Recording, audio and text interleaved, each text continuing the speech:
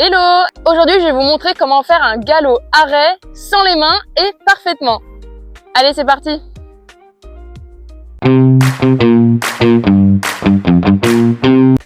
Donc tout d'abord, on va travailler notre cheval sur l'arrêt classique. Sauf qu'en fait, on va l'éduquer au poids du corps et à la voix.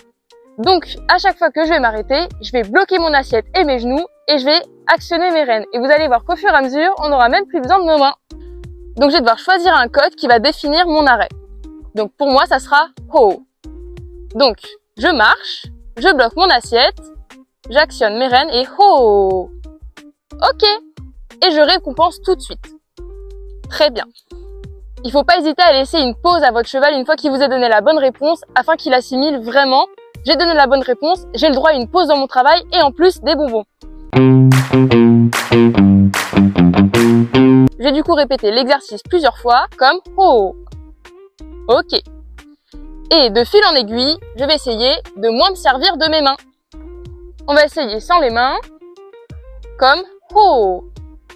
Ok, très très bien.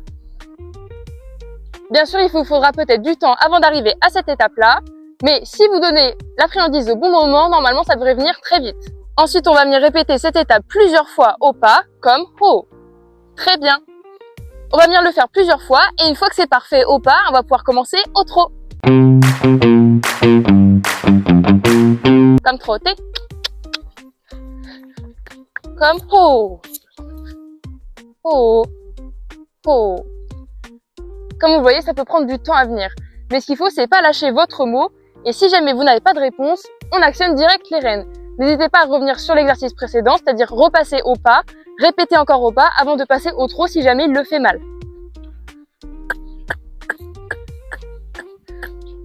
Comme ho. Très bien. Là, il me l'a très bien fait, donc j'hésite pas à lui laisser une grande pause pour qu'il puisse assimiler cette bonne réponse. N'oubliez pas, quand vous arrêtez votre cheval, de bien bloquer votre bassin en serrant vos genoux. C'est ce qui va permettre, voilà. Là, par exemple, j'ai seulement serré mes genoux et il a très bien compris. Ça va permettre à votre cheval de comprendre, elle bloque son assiette, ça bloque mon dos, je dois donc m'arrêter. Une fois que votre exercice est bien assimilé au pas et au trot, il est temps de passer au galop. Allez, on y va. Galop. Allez, galop. Très, très bien. On avance. Et ho. Ho. Ok. Là, son arrêt était très bien. Malheureusement, moi, j'ai un petit souci à régler encore, c'est qu'il dévie sa trajectoire, sûrement pour avoir sa friandise. N'hésitez pas à retravailler. Ça, c'est des petits détails qui restent petits, mais c'est quand même des choses qui gâchent un petit peu la beauté de votre arrêt.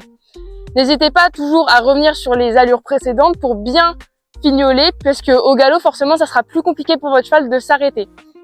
Là, je sais pas si vous avez vu, mais on sent vraiment que je me suis plantée dans la selle. Il faut vraiment serrer vos genoux. Arrête. Et c'est pour ça que c'est important de serrer vos genoux afin de bloquer le garrot du cheval. Si vous faites pas ça, il va avoir encore le dos libéré et il va pas forcément sentir que vous lui dites quelque chose. On va réessayer à main droite, comme galop.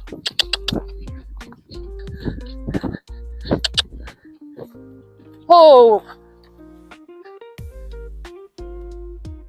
Ok. Donc voilà, moi mon problème c'est que mon cheval quand il s'arrête, il fait un peu la poupée Beyblade, mais bon, ça c'est un détail qui sera réglé plus tard.